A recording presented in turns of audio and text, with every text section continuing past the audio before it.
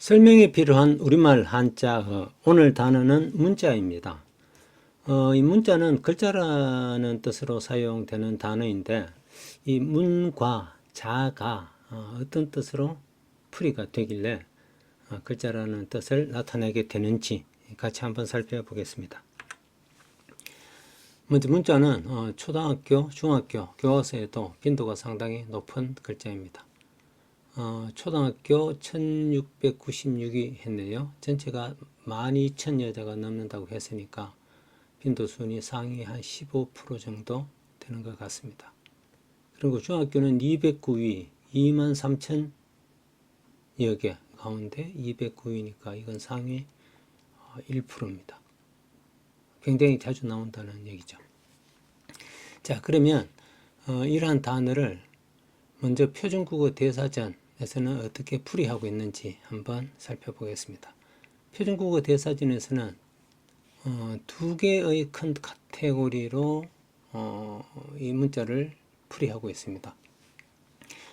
먼저 첫 번째 카테고리, 우리가 흔히 문자라고 쓰는 그 내용으로 보이는데요. 먼저 언어적인 측면에서 문자는 인간의 언어를 적는 데 사용하는 시각적인 기호체계, 인간의 말을 적는 데 사용하는 시각적인 기호체계.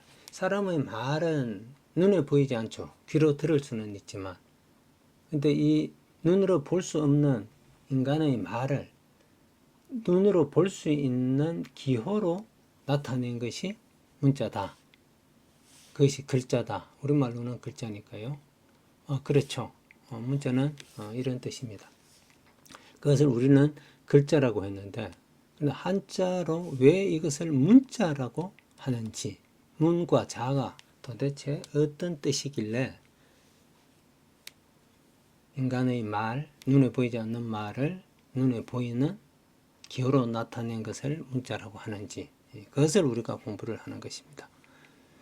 자, 이 문자라고 하는 뜻에는 또 두 번째로 학식이나 학문을 비유적으로 이루는 말도 있고, 수학적인 측면에서 수, 양, 도형 따위의 여러 가지 대상을 나타내기 위하여서는 숫자 밖의 글자를 또 문자라고 하기도 하고, 정보통신 측면에서는 키보드를 눌러서 화면에 나타낼 수 있는 한글 알파벳, 한자, 숫자, 구두점 등등을 다 통틀어서 문자라고 한다라고 했습니다.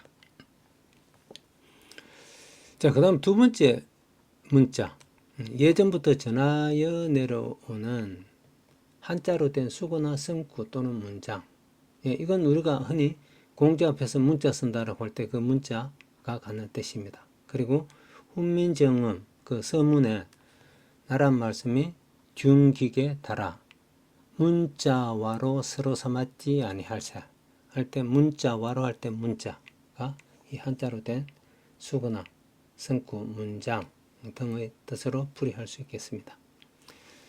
자, 이것을 문자라고 했다라는 거죠. 대표적인 의미는 아마 인간의 말을 시각적인 기호로 나타낸 것이 문자다. 우리가 지금 공부하고자 하는 문자도 사실은 이 뜻입니다.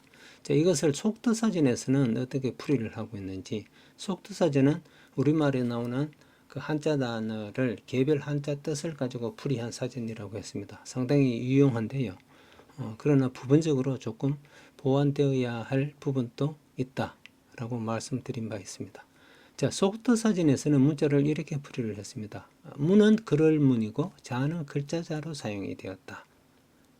그래서 이 문자의 속뜻은 글을 적는 데 쓰이는 글자, 글. 여기서는 문자에서 문을 글이라고 풀이를 했습니다. 그리고 이 글을 적는 데 쓰는 글자잖아요.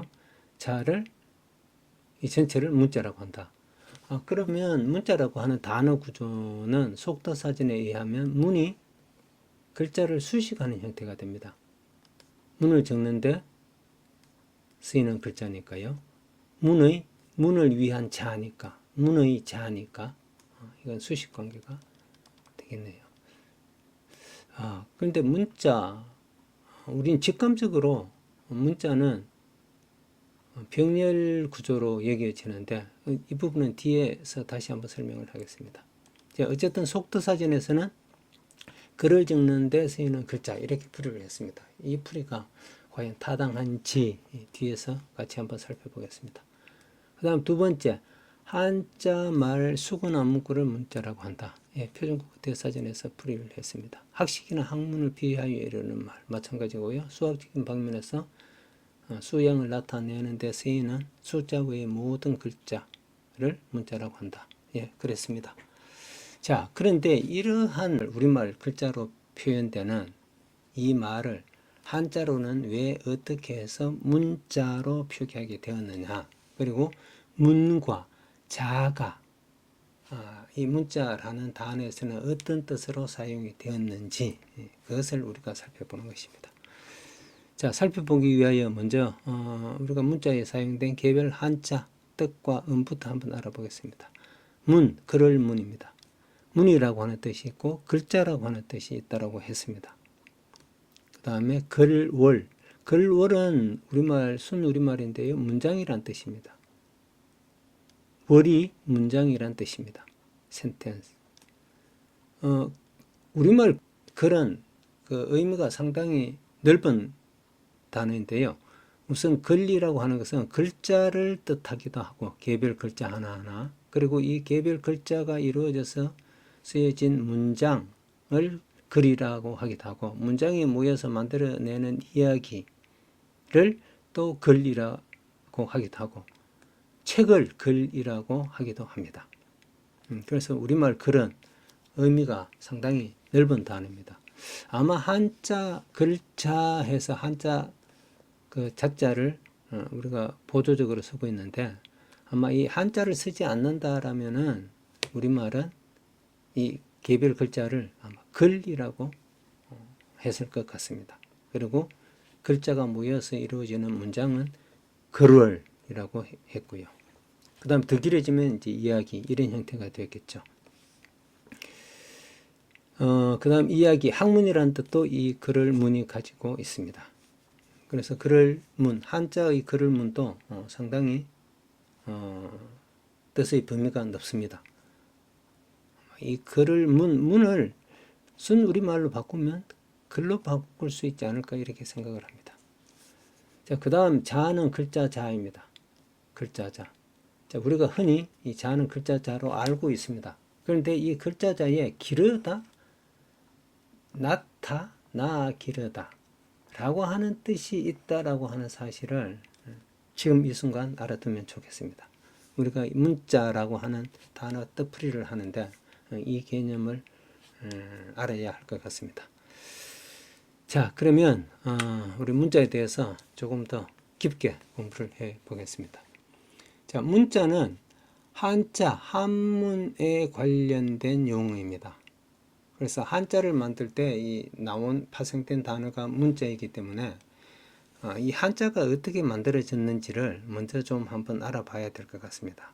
그래서 한자의 제자 원리, 제자는 글자를 지을 제, 만들다라는 말입니다.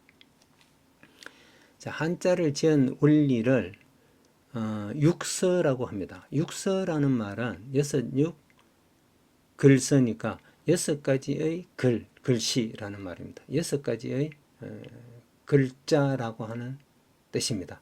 자, 한자를 만든 원리가 여섯 가지의 방법으로 만들어졌다라고 하는 뜻입니다. 그러면 이 여섯 가지의 방법은 뭐냐면 익히 우리가 알고 있는 상형, 지사, 회의, 형성, 가차, 전주라고 하는 뜻입니다.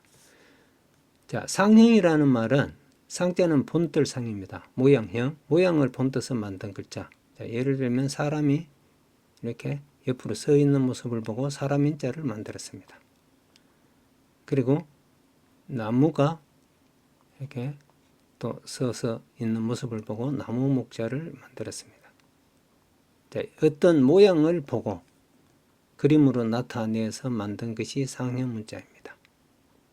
그 다음 지사 문자는 눈에 보이지 않지만 뜻이 있는 것을 부호화한 것입니다. 예를 들면 위아래라는 이 말은 눈에 보이지는 않습니다. 그러나 우리 머릿속에는 뜻은 있죠.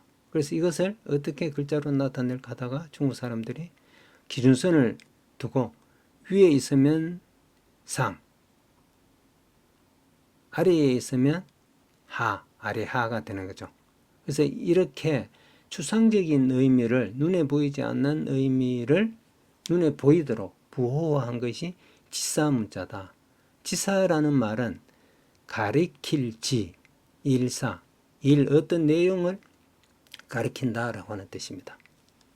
상형 지사는 다 어떤 사물이나 뜻을 부호로 나타낸 것이다. 그림으로 나타내거나 부호로 나타낸 것이다. 전부 다 그림으로 나타냈다라고 해도 괜찮을 것 같습니다. 자, 그 다음 회의 문자는 이제 이미 앞에서 만들어진 상형이나 지사 방법으로 만들어진 글자, 예를 들면 사람이 나무에 기대어 쉬는 모습에서 쉴 휴자를 만들었습니다. 이건 쉬다라는 말입니다. 이처럼 쉴 휴자처럼 이미 만들어진 글자를 사용해서 다시 이렇게 뜻을 모아서 글자를 만드는 방법입니다. 이것이 회의 문자입니다.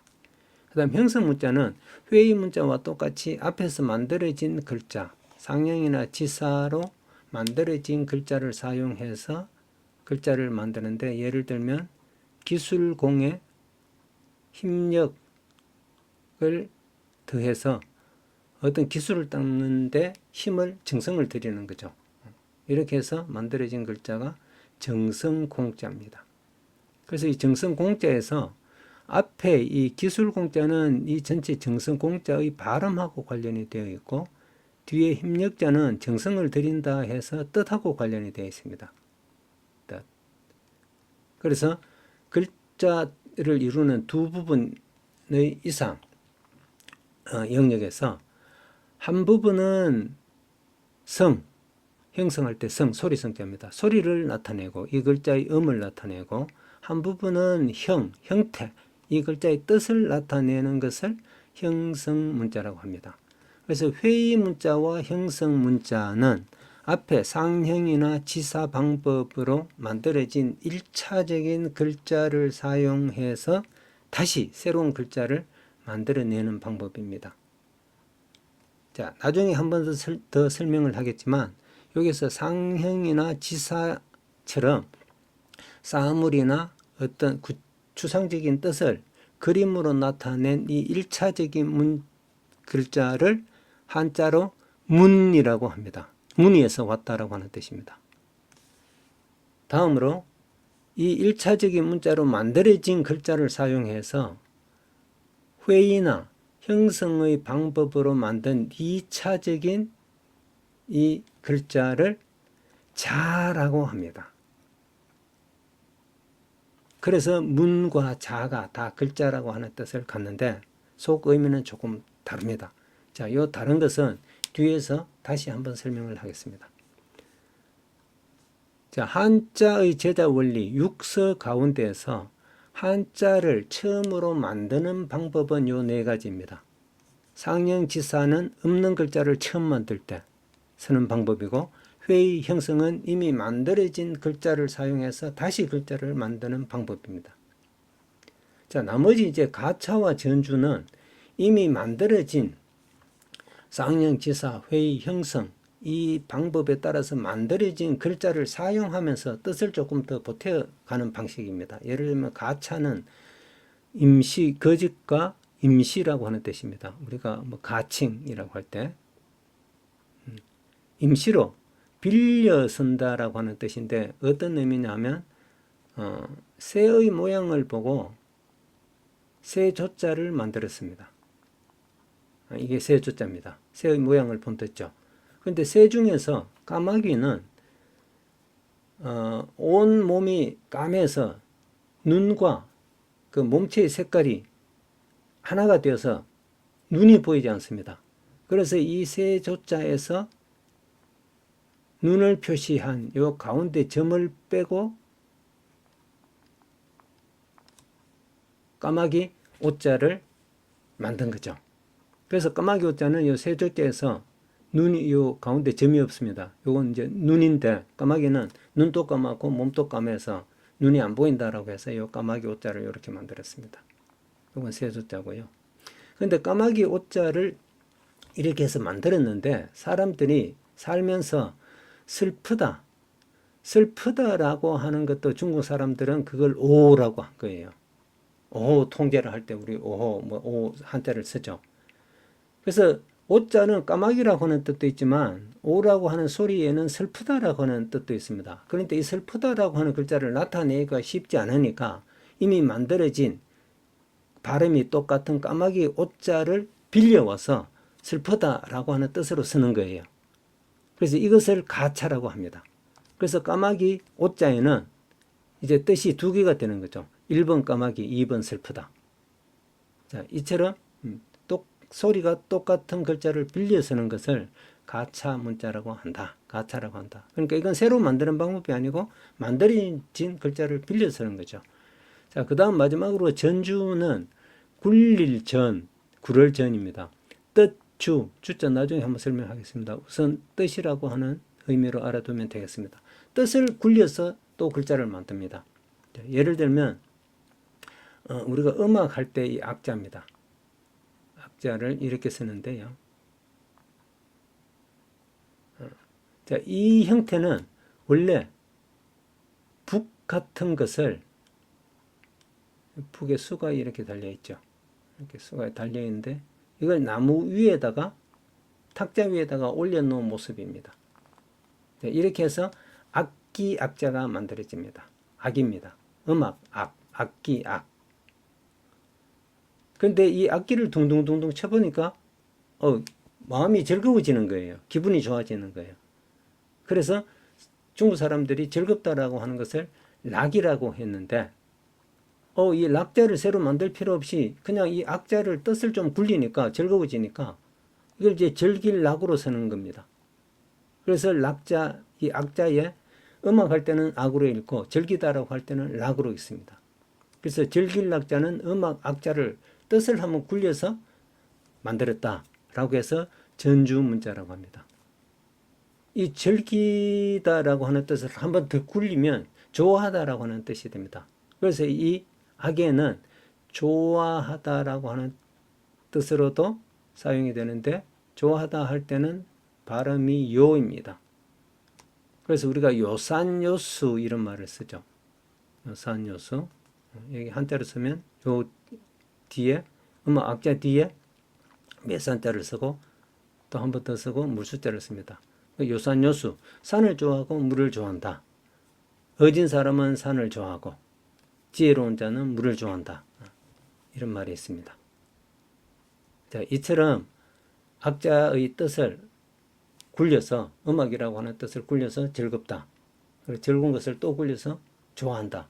라고 하는 이러한 뜻을 나타내는 락과 요자로 같이 사용되게 된 이 상태를 전주 문자라고 합니다. 그러니까 가차와 전주는 이미 만들어진 글자를 운용하는 과정에서 나타난 방법이기 때문에 글자를 새로 만드는 방법은 아닙니다만은 그래도 중국 사람들이 한자 전체를 이해할 때는 이 가차, 전주까지 합쳐서 육서라고 한다. 자, 이 육서 가운데에서 상형지사는 문자가 없던 상태에서 처음 만든 글자를 만든 방법이고 회의 형성은 이미 만들어진 글자를 다시 만든 방법이다. 이렇게 이해를 하면 되겠습니다. 그래서 상형지사를 문이라고 하고 회의 형성을 자라고 했는데 이건 뒤에 다시 문과 자의 그 의미를 설명을 할 때 한 번 더 하겠습니다. 그리고 여기 하나만 좀 더 얘기를 하면 상형문자가 한자 전체에서 한 600자 정도가 처음으로 만들었습니다. 그리고 지사는 한 130자 정도. 그러니까 1차적으로 한자의 모든 한자의 기본이 되는 글자는 600글자와 130글자니까 한 730글자가 되는 거죠. 730글자를 서로서로 결합하고 해서 새로 만들어진 글자가 5만 자까지가 됩니다. 그러니까 한자의 기본은 상형과 지사이고 자, 이것을 회의라는 방법으로 해서 한 200자 정도 만들고, 자, 나머지 모든 글자 5만 자 중에 이 730자와 회의 문자 한 200글자를 빼면 900자 정도 빼면 나머지는 5만 자 중에서 4만 9천 몇백 자는 다 형성의 원리로 만들어진 글자들입니다. 그래서 우리가 한자가 처음에는 어렵게 느껴지는데 이 상형과 지사, 기본 글자, 이것이 나중에 부수로 이제 취약이 됩니다만 우리가 한자를 공부할 때 부수라는 말이 있죠. 이 부수를 공부하면 한자는 굉장히 쉽게 공부가 저절로 됩니다. 그래서 이 한자의 원리를 같이 좀 알고 공부를 하면 좋겠다라는 말씀을 드립니다. 자, 이렇게 설명을 했으니 이제 다시 우리가 본론으로 돌아와서 문자에서 문과 자의 뜻을 다시 한번 설명을 해보겠습니다. 자, 문이라고 하는 것은 처음에 가슴에 문신을 새기고 팔을 벌리고 있는 사람의 모습을 본뜬 것이라고 했습니다. 그래서 문이라고 하는 뜻이 만들어졌죠. 그런데 우리가 앞에서 이제 방금 설명한 바와 같이 이 문이나 실물을 본떠서 글자를 만들었는데 이것을 문이라고 한다라고 했습니다. 그래서 문에 처음에는 문이가 본뜻이었는데 글자라고 하는 뜻이 더 보태어졌다. 글자라고 하는 뜻이 보태어지면서 그것이 모여서 글이 되고 이야기가 되고 학문이 되고 문학이 되었다라고 해서 문에 문이, 글자, 이야기, 글, 문학, 학문 등의 뜻이 더 보태어졌다. 이렇게 이해를 하면 쉽겠습니다. 그래서 문이, 글자, 문학, 이야기, 학문 등의 뜻으로 확장된 것이죠. 그 다음에 자자 한번 잘 보십시오. 위에 있는 게 집면입니다. 집을 나타내는 한자입니다. 그리고 아래에 아들자가 있습니다. 그러면 집안에 아들이 있다라는 이런 말이 되는 거죠. 아들은 자식입니다. 자, 요 글자를 보면서 다시 하나 관련시켜 보면 좋을 글자가 이 집면자 안에 여자 여자가 있는 글자가 있습니다. 편안할 안자죠. 집안에 여자가 있으면 편안하다라고 하는 그런 의미에서 편안한 안자를 이렇게 만들었습니다. 똑같지 않나요?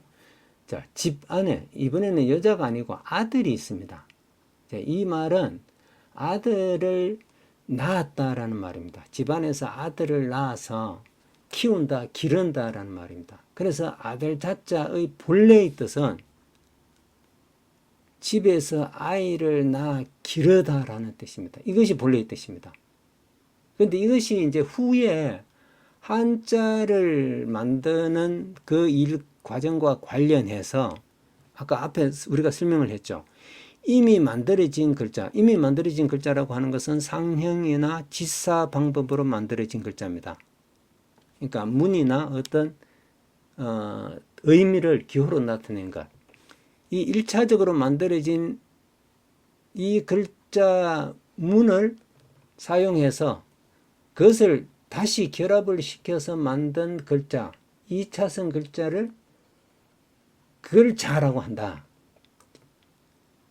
자, 이것은 이미 만들어진 글자를 다시 결합해서 만든 글자를 자라고 했는데 이것은 어떤 개념이냐면 자식이 또 자식을 낳아서 자손을 계속 이렇게 불어납니다. 그런 개념하고 같은 개념이다. 그래서 이 자에 글자라고 하는 뜻이 있게 되었다. 근데 나중에는 이 자가 기르다, 아이를 낳다라고 하는 뜻으로는 아예 사용이 되지 않고 오직 글자라고 하는 뜻으로만 더 보편적으로 사용됩니다. 그래서 아예 글자가 이 아이를 낳을 자, 기를 자자의 대표적인 의미가 되어버린 거죠. 그래서 사람들이 이제 자는 기르다라고 하는 뜻이 있는 줄은 모르고 오직 글자라고 하는 뜻으로만 이해하게 되었다. 자, 문과 자가 다 글자라고 하는 뜻이 있다라는 것을 우리가 이제 알게 되었죠. 자, 그러면 문자라고 하는 단어의 뜻을 한번 풀이를 해보겠습니다. 자, 그러면 이 문자에서 문은 다른 뜻이 아니라 바로 글자라고 하는 뜻입니다. 그래서 글자문이고 자도 글자 자입니다. 우리가 도로라고 하는 단어가 길도와 길로가 합쳐져서 만들어진 단어인 것처럼 문자도 둘 다 글자라고 하는 뜻을 갖는 글자가 결합된 단어입니다. 그래서 문과 자는 다 글자를 나타내고 따라서 문, 자, 문자의 이 단어 구조는 병렬 구조가 된다라는 거죠. 자, 한 번 더 설명을 하면 쌍형이나 지사와 같이 무늬를 본뜨거나 어떤 형상을 본뜨거나 의미를 부호화하여 만든 1차적인 글자를 문이라고 하고 이렇게 만들어진 글자를 회의나 뜻을 모으거나 또 소리와 뜻을 합치는 방법 등으로 다시 결합시켜서 만든 2차적인 글자를 자라고 한다. 자, 이렇게 본다라면은 문자라는 말은 모든 한자의 총칭입니다. 모든 한자를 말하는 것이죠. 처음엔. 근데 이것이 뒤에 이제 글자라고 하는 뜻으로 보편화되었다. 자, 문자가 글자라고 하는 뜻을 나타내는 그 과정을 이렇게 정리할 수 있을 것 같습니다. 예, 문자. 글자 문, 글자 자. 문은 문에서 만들어진 1차적인 글자. 자는 이미 만들어진 글자를 다시 결합시켜서 만든 2차적인 글자를 자라고 한다. 예, 이렇게 정리할 수 있겠습니다. 예, 오늘 설명은 이렇게 정리를 하겠습니다. 모두 수고하셨습니다.